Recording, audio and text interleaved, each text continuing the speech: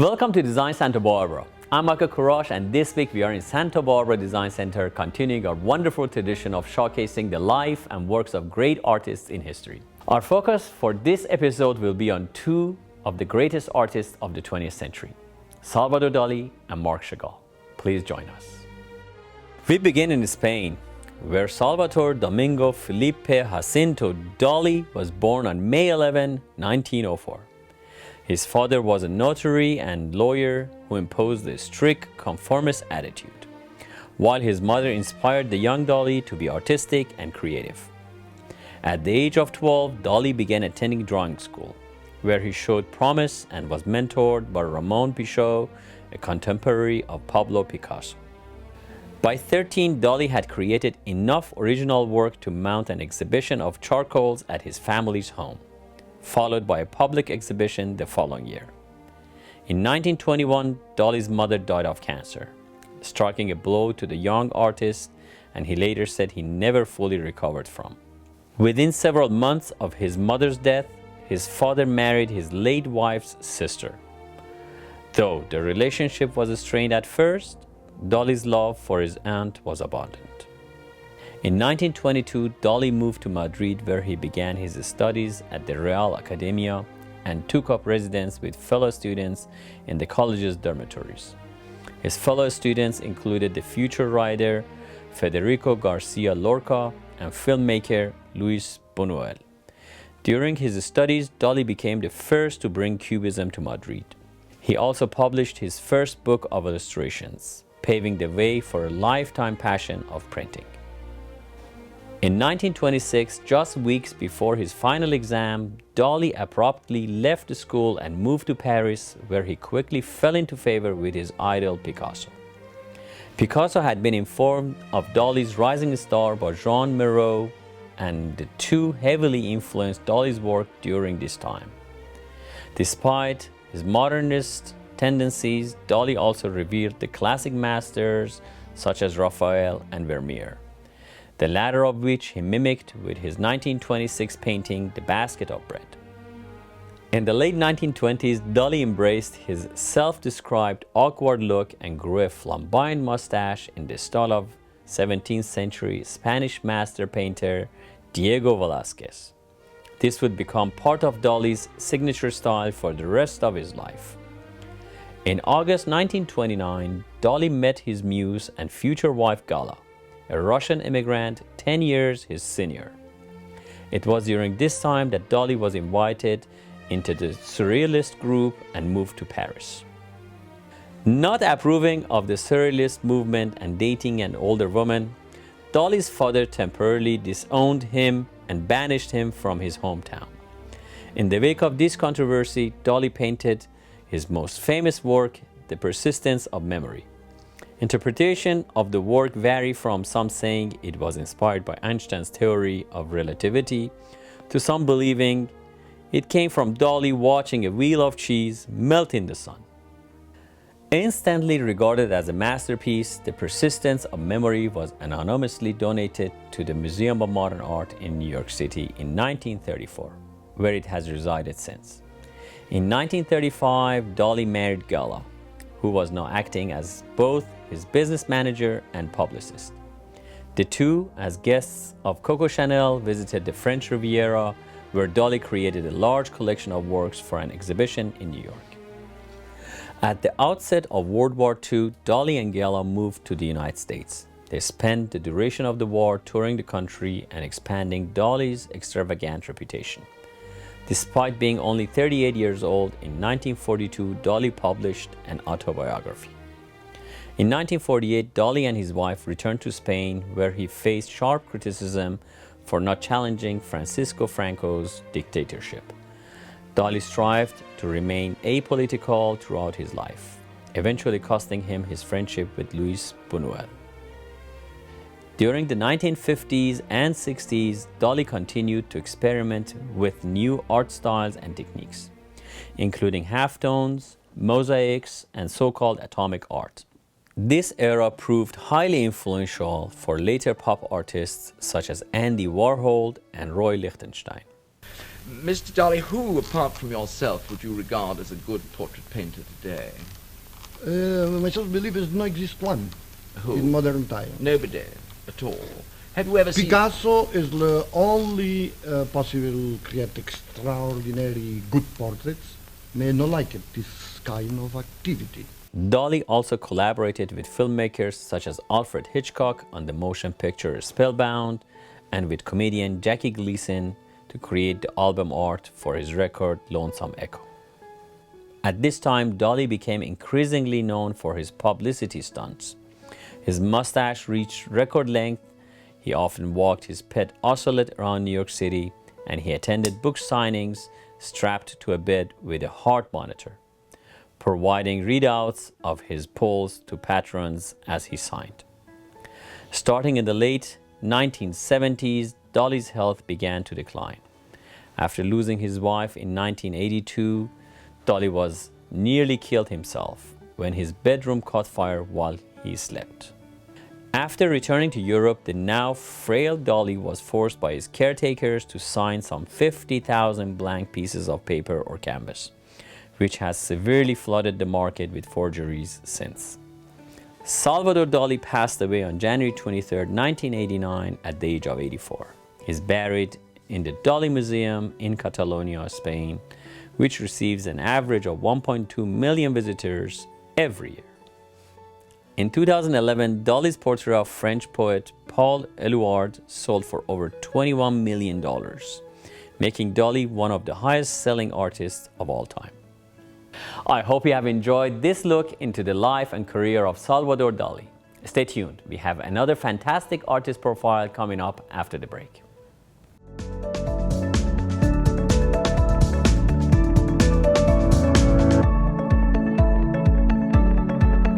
Stay tuned, there is more Design Santa Barbara after the break. Hi, I'm Michael Kourosh, and I would like to personally offer you a special thanks for supporting our show as we enter our 11th season. When you come into Santa Barbara Design Center and mention the show, we will pay the sales tax on your entire purchase, including rugs, sofas, sectionals, and accessories. Please come visit us at Santa Barbara Design Center, 410 Olive Street. And once again, thank you for supporting our show.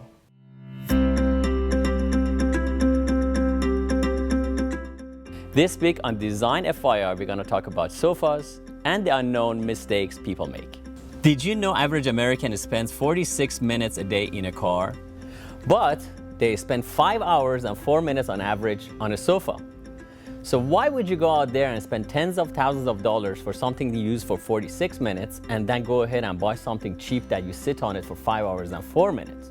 At Santa Barbara Design Center, we create you a custom sofa that is made for you specifically and to your shape and size and comfort and your family. So when you're sitting and watching TV or talking and conversing with your friends, you're sitting on actually something that represents you.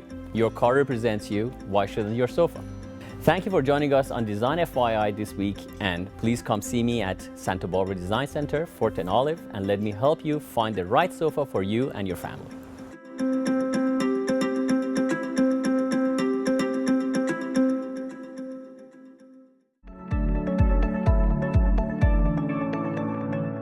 Welcome back to Design Santa Barbara.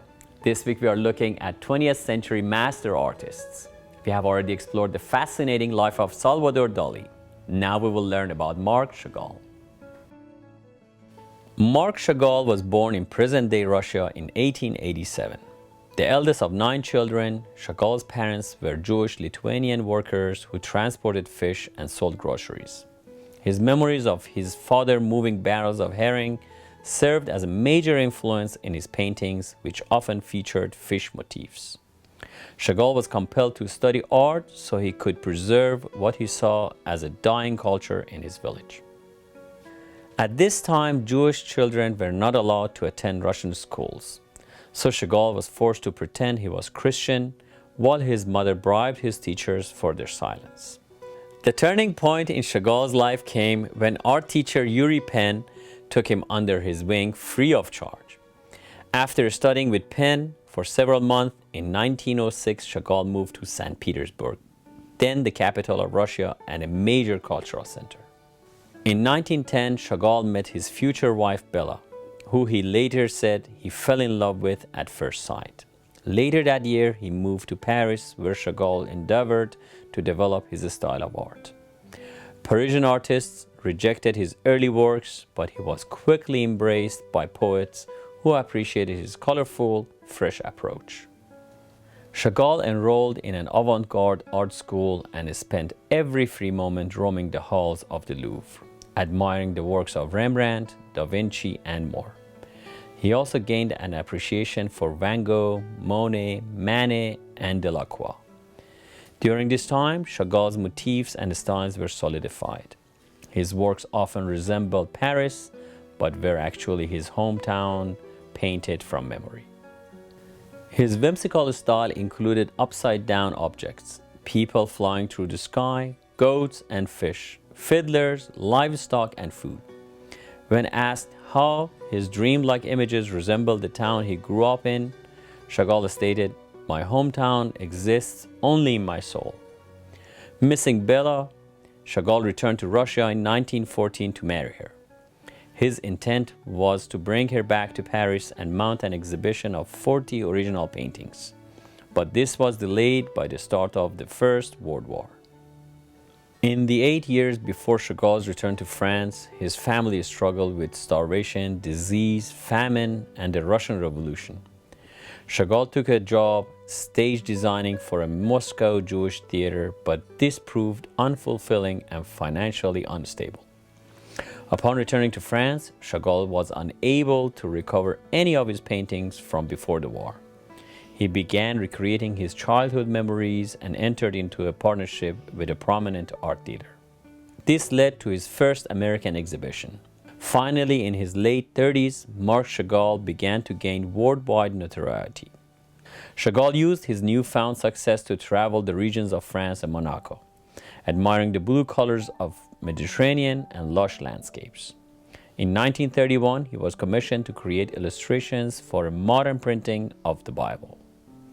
Chagall used this as an excuse to request a trip to the Holy Land, where he instantly felt at home.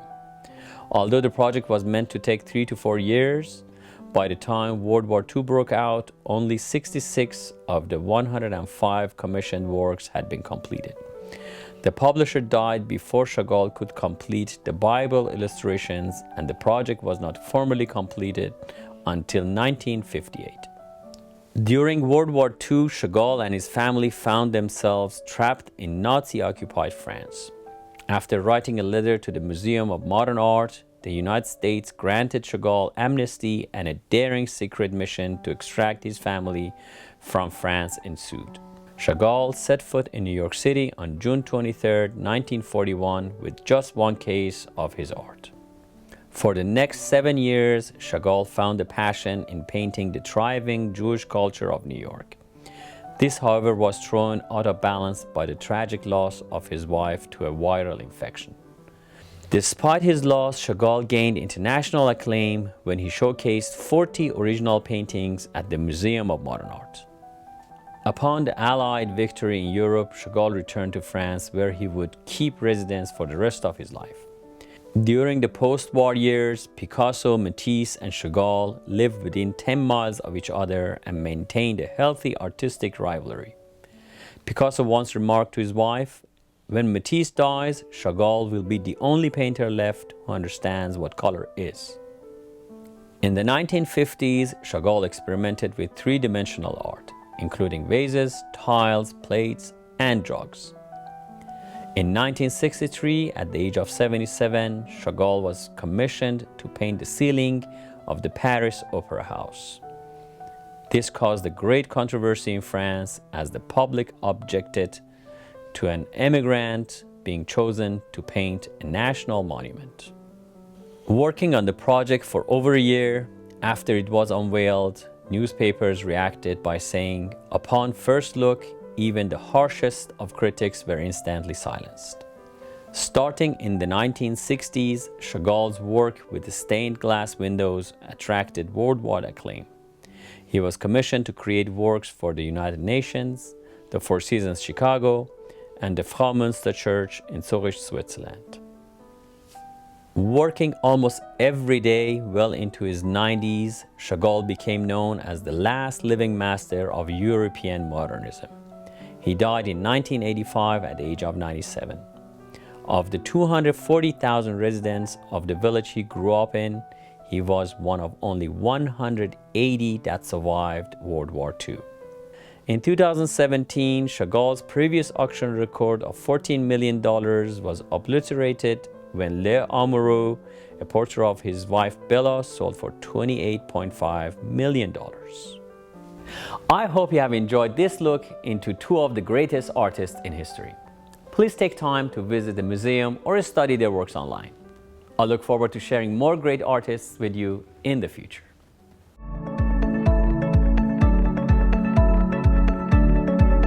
Stay tuned. There is more Design Santa Barbara after the break.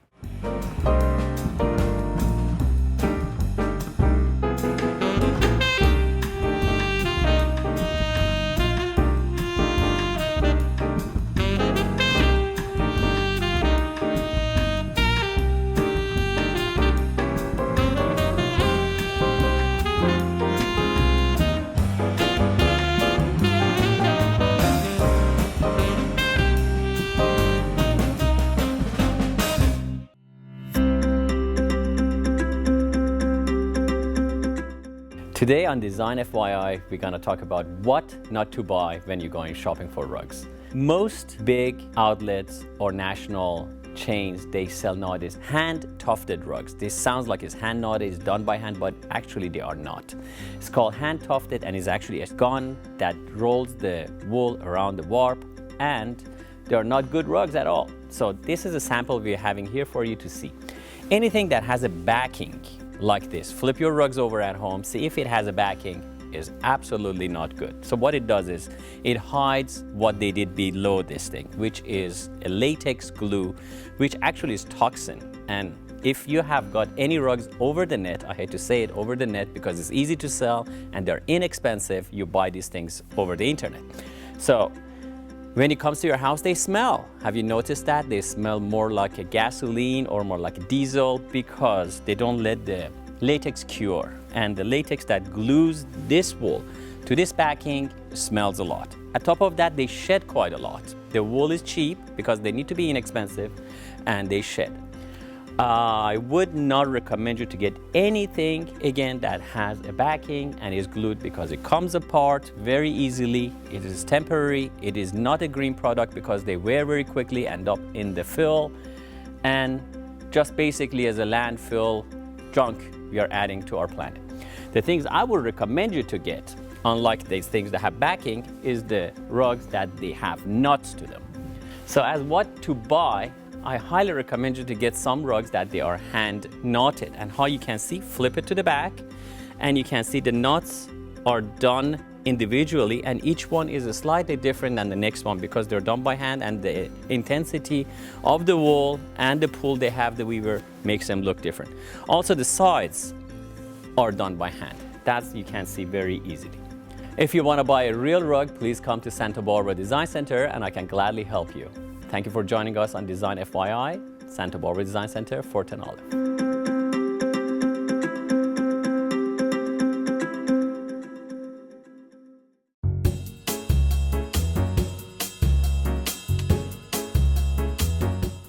On this edition of Michael's Minute, I would like to talk to you about mid-century modern furniture. Mid-century modern is described as the period between 1933 and 1965. In which designers such as Eames and Nakashima use clean lines and futuristic materials to propel design into a post-war era. At Santa Barbara Design Center, you can see and feel a variety of mid-century inspired furniture, including our signature leather chairs and recliners with classical wood frames. Accent them with side tables, daybeds, ottomans for a slick, artistic look. Customize these pieces to fit your home perfectly. To bring mid-century modern style to your home, please visit us at Santa Barbara Design Center, 410 Olive Street.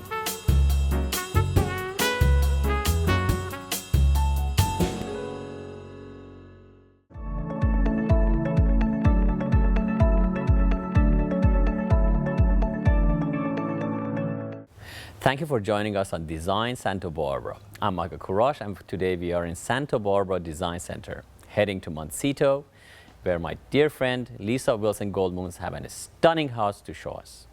Please join us. Michael, welcome to Glen Oaks, the original Glen Oaks. This is amazing. It just takes your breath away. You gotta look at it for a minute to realize that is so grandeur. It's beautiful from outside, but even more beautiful from inside. It is a stunning property. Stanford White, we think, one of the rare West Coast homes that he did.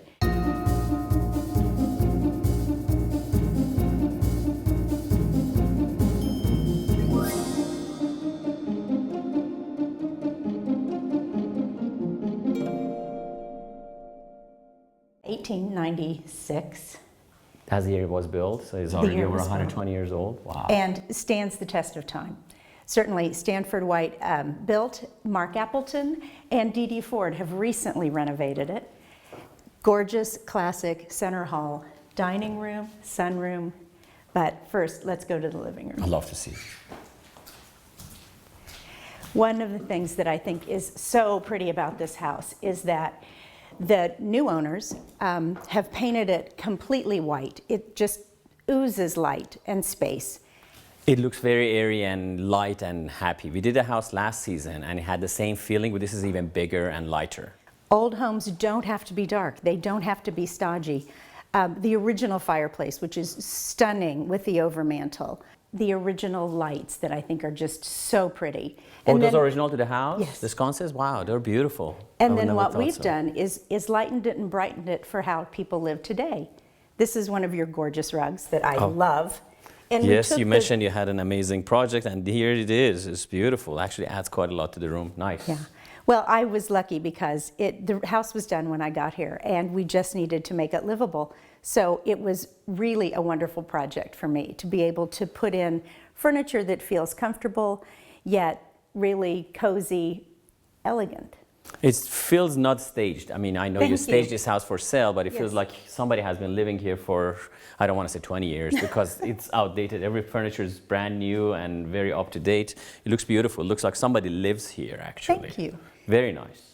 When you have a house that's on the market for $9.5 million, you up your game. You want it to look like this is how people live, and it is. I think that that's the beauty of it.